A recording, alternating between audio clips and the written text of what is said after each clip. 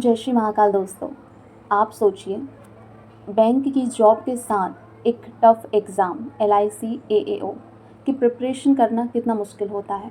लेकिन मैंने अपनी बैंक जॉब के साथ ही LIC AAO 2023 का प्री क्लियर किया है और मेंस में भी मेरे 20 मार्क्स अबव थे कट ऑफ से।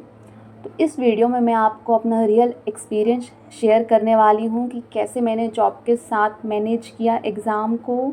इसमें हम बात करेंगे इसकी क्या जॉब प्रोफाइल है, क्या वर्क प्रेशर है, एग्ज़ाम का पैटर्न क्या है और उसको कैसे फ़ाइट करना है, कैसे आपको वो एग्ज़ाम निकालना है, क्योंकि ये अदर बैंक एग्ज़ाम जैसा नहीं है।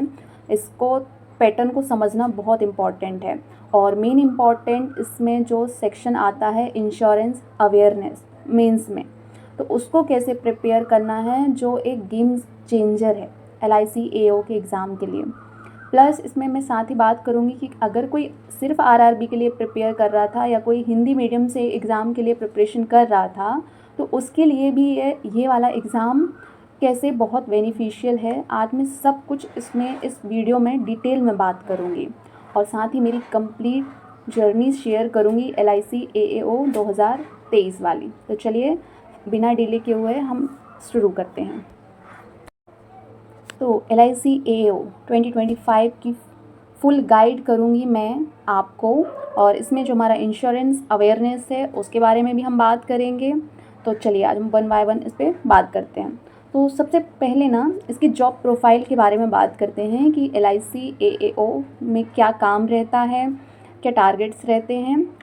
चलिए, तो जॉब प्रोफाइल में जो मेन रहता है ना LIC AAO का, वो एक तरीके से हेड ऑफ़ द डिपार्टमेंट होता है। यहाँ पर आपको एक डिपार्टमेंट का हेड बना दिया जाता है। LIC में काफ़ी डिपार्टमेंट्स रहते हैं, तो उसमें से आप जो LIC AAO रहता है वो एक डिपार्टमेंट का हेड ऑफ़ द डिपार्टमेंट रहता है। पॉलिसी इशुएंस, यहाँ मैंने कुछ पॉइंट्स लिखे हुए हैं, वो हम डिस्कस करते हैं इसमें। एक सेकेंड।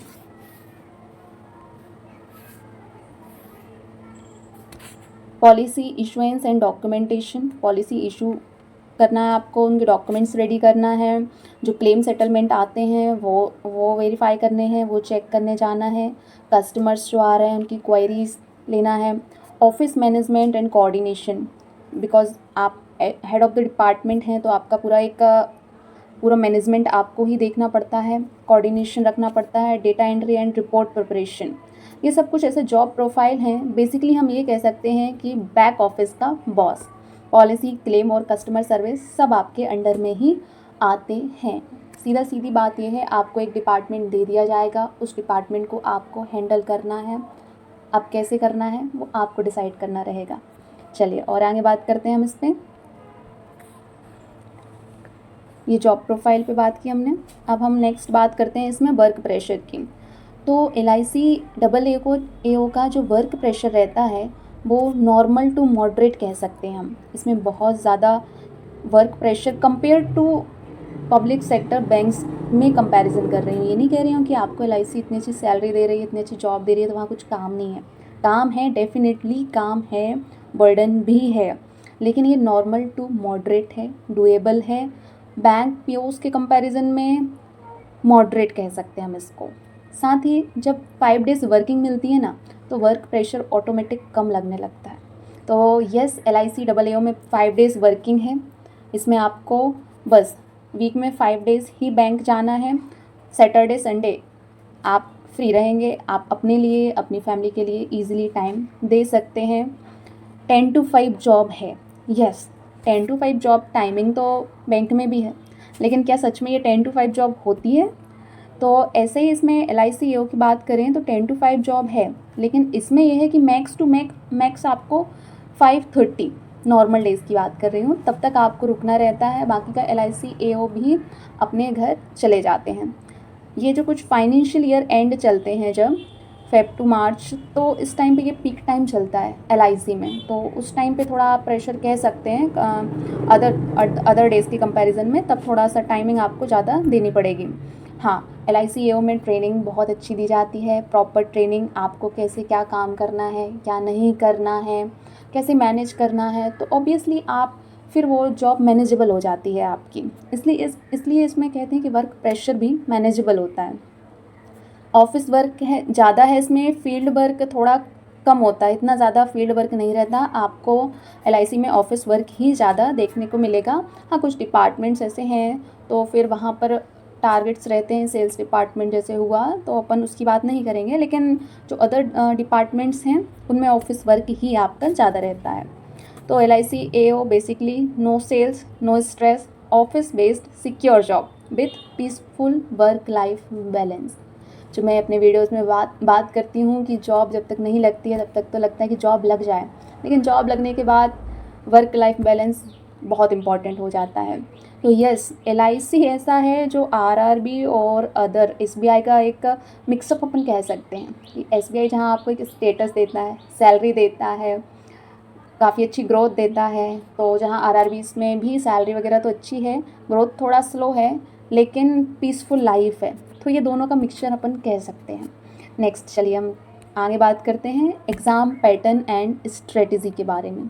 तो हमारे मेन टॉपिक पर आते हैं कि एलआईसी एओ अगर आप टारगेट कर रहे हैं, अभी तो हमने ये देख लिया कि इसको टारगेट करना क्यों है, अब कर रहे हैं तो उसको क्रैक कैसे करना है उस पर बात करते हैं। तो जो एग्ज़ाम पैटर्न है ना, प्री में अपना मेनली फोकस रखना है अपन को रीजनिंग और क्वांट पे।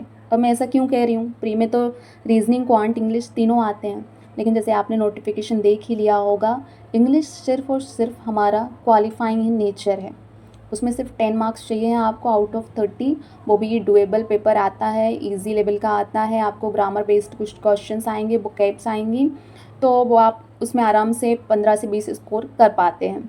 हाँ, लेकिन जो बाकी के स्कोर है आपका आउट ऑफ 70, उसमें आपको मेहनत करनी पड़ेगी, क्योंकि यहाँ जो प्री में बैठेगा ना बच्चा, वो एसबीआई पीओ वाला भी रहेगा, आईबीपीएस पीओ ऑलरेडी सिलेक्टेड बच्चे, उनकी बात कर रही हूँ, जो जॉब कर रहे हैं, जिनकी काफ़ी अच्छी कमांड है, और जो अभी भी प्रिपेयर कर रहे हैं, जिनकी प्रिपरेशन भी काफ़ी अच्छी है, लाखों में इसके फॉर्म फिल होंगे। एलआईसी एओ की जॉब ही ऐसी है, तो ऑब्वियसली प्री में बहुत हाई लेवल का वो रहेगा आपका कंपटीशन। तो जिसकी रीजनिंग और क्वांट पे अच्छी पकड़ है और जिसने एक्यूरेसी पर फोकस कर लिया, वो ये एक अपना क्लियर कर लेगा। तो आपको यही टारगेट बना के चलना है कि प्री में आपको रीजनिंग और क्वांट पर बहुत फोकस करना है, और इसके लिए स्ट्रेटजी वीडियो भी मैं आगे लाऊंगी, मैं कैसे खुद प्रिपेयर कर रही हूँ। यस, मैं भी एलआईसी एओ का एग्ज़ाम दूंगी, मेरा भी ये ड्रीम जॉब है।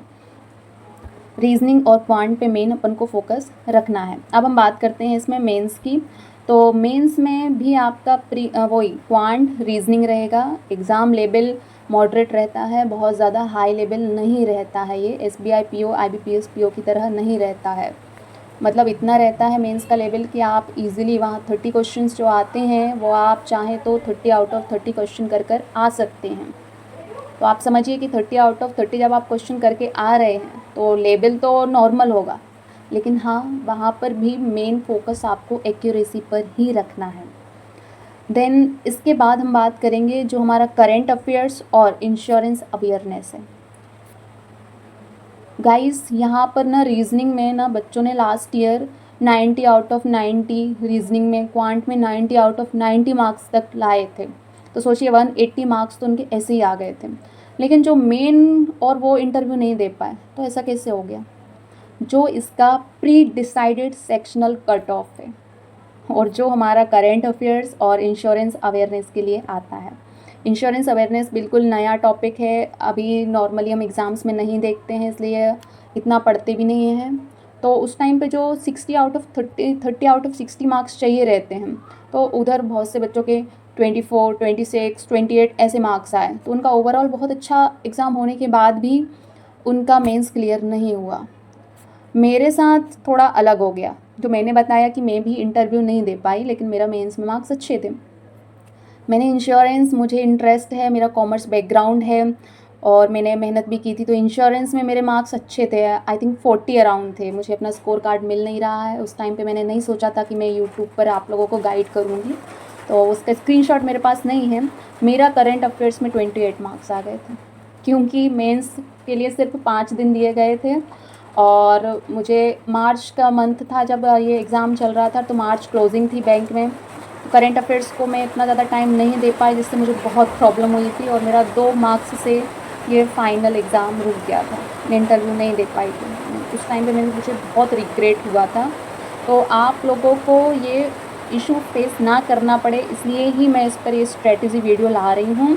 हमें अभी से करंट अफेयर्स और इंश्योरेंस अवेयरनेस को लेकर चलना है, और वो कैसे करना है वो भी मैं आपको अपकमिंग वीडियोस में बताऊंगी। फुल स्ट्रेटजी के साथ हम इस बार LIC AAO 2025 टारगेट करेंगे। नेक्स्ट चलिए बात करते हैं। अब बहुत सारे लोगों का ये क्वेरी रहती है कि क्या इसमें नेगेटिव मार्किंग है। तो इसमें ना जो उसका लास्ट ईयर नोटिफिकेशन आया था उसमें कहीं भी मेंशन नहीं था कि आपकी नेगेटिव मार्किंग है, और ये भी मेंशन नहीं था कि नेगेटिव मार्किंग नहीं है। तो बहुत ज़्यादा डाउट बना हुआ था। तो जब प्री दिया तो वहाँ पर फिर इंस्ट्रक्शन दिए हुए थे कि there is no negative marking.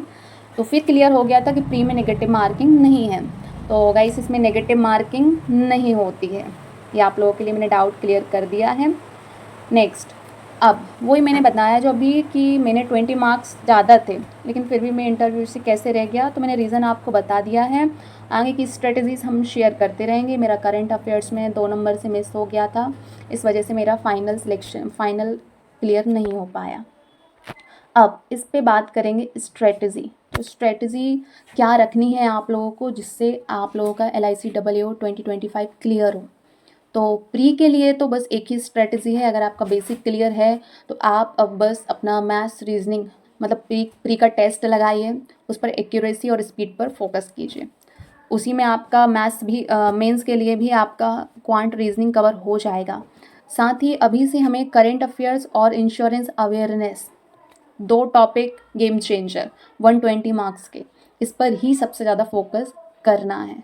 Descriptive का इतना ज़्यादा इशू नहीं है, वो भी क्वालिफाइंग इन नेचर है, तो वो भी इजीली हो जाएगा। उसके लिए हम 1-2 वीडियो लास्ट में ले आएंगे। अभी हमें करंट अफेयर्स, क्योंकि अब 3 महीने ही हैं हमारे पास मेंस के लिए भी, तो एटलीस्ट 5 to 6 मंथ का हमें करंट अफेयर्स लेकर चलना पड़ेगा। और इंश्योरेंस अवेयरनेस के लिए हो सकता है शायद मैं भी वीडियोस अपलोड करूं, मेरे नोट्स जो मैंने बनाए थे और भी मैं उनको अपडेट करके आप लोगों के साथ शेयर ज़रूर करूंगी। आप लोग बताइएगा अगर रिक्वायरमेंट हो तो आगे। तो अब हिंदी मीडियम वालों के लिए सुनहरा अवसर, बता ही दिया है मैंने क्यों है ये। पैटर्न आपने देख लिया, इंग्लिश का इसमें कोई रोल नहीं है, सिर्फ और सिर्फ मैथ्स रीजनिंग पे आपको अच्छी कमांड करनी है, और इंश्योरेंस करंट अफेयर्स साथ में लेकर चलना है। आपका एग्ज़ाम हो जाएगा क्लियर। नेक्स्ट, कंपटीशन की बात करें। यस, कंपटीशन बहुत हाई रहने वाला है इसमें, तो आप लोगों के लिए बहुत मेहनत करनी पड़ेगी, तभी एग्ज़ाम क्लियर होगा। All the best.